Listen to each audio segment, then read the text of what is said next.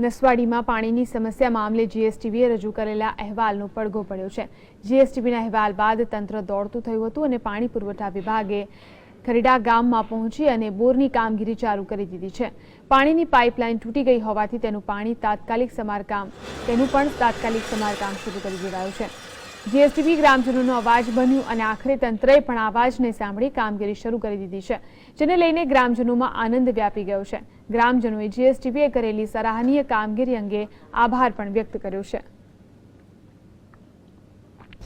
જીએસટીવીની દ્વારા ખરેડા ગામના પાણીની સમસ્યાનો અહેવાલ બતાવતા તંત્ર જાગી ઉઠ્યું અને કે એક બોર નવો બનાવ્યો।